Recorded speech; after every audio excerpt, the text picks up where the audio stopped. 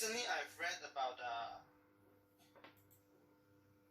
those that are with their couples, staying with their couples, start to feeling the friction, yeah, whether they are married or not, and they are trying to figure out ways to not hate each other while staying together. How do you see that? How do I? Sorry. How do you see that? Like the frictions that because people are staying together with their spouse 24/7. Yeah. New adjustment. I think it's inevitable. On you have to renegotiate everything, right? I think as much as you can love one another and really want to be there for one another, if you're stuck in close quarters for too long, it does get on your nerves. And but we see that it is adjustable if you think about like military, the armed forces, anyone on a submarine. It takes a while though, and I think you have to go into the mindset ready to negotiate and ready to adjust to one another and make compromises, even if it means like, okay, let's compromise we would have our own space, right? Or we'll compromise on when we would do things together. We'll compromise on when I need a timeout. And so it's a readjustment to one another. And conflict is difficult, but conflict can, when successfully resolved, can bring people closer together. Gwen is actually staying with her other one. So how are you going through that so far? Survivable survivable. We stayed together for 4 years already. We're going to get married soon, this year actually.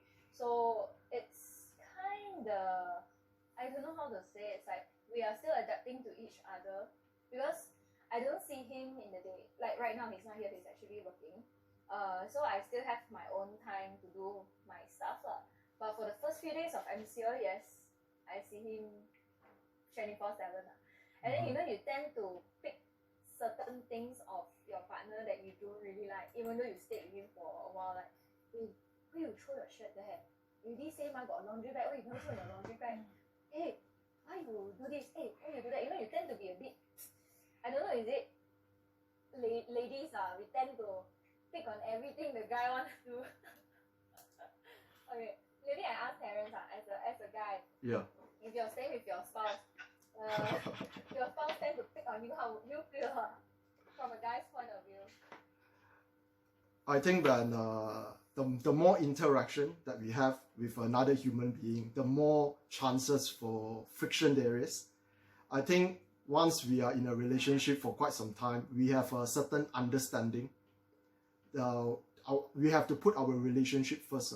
I believe that there should be a one-on-one talk at some point in our relationship. And the best thing about this MCO is that, all this while we have been so busy with our work and our entertainment, we actually have all these personal problems, but we are hiding it under the mat. And during this time where everyone has no other commitments, we are forced to face it.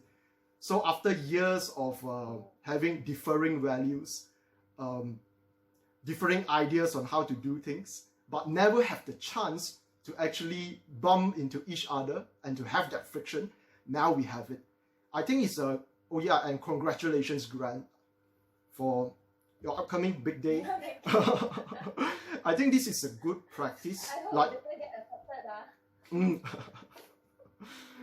It's like 4 weeks of practice. 4 weeks of practice for the rest of your life, right? Yeah, it's a good practice. Yeah. Then so for Terrence, yes. The add-on question would be, how do couples actually, like Dr. Chua said, you need to set down ground rules, and you need to renegotiate how you guys actually, are trying to make it through.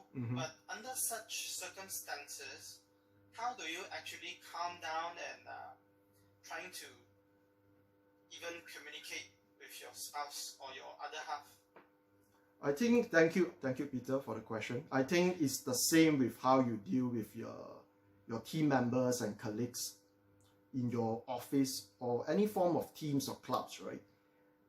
Usually what we are dealing with is this interpersonal friction. So way before this happened, there must be a sit down where we gather and we establish the ground rules. And there must be someone who enforce it. If someone is not following it, the other person should always take note and enforce the ground rules so that it's being obeyed, right? For example, ground rules could be that we all understand that when our emotions run high, our intelligence run low.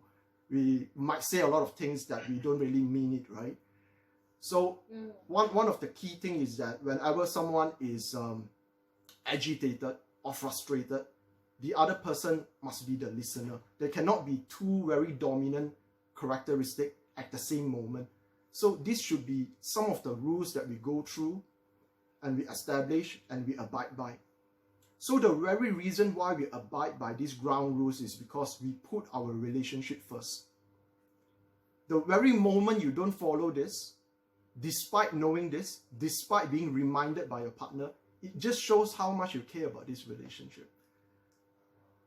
I think in many ways, rules are established as, how do you put this? Many of these things have to be established way earlier. You cannot to wait until the situation occurs and then suddenly you want to propose. How about we have a ground rule now? It doesn't quite work that way. Yeah. Because it is a sudden impact. So yeah.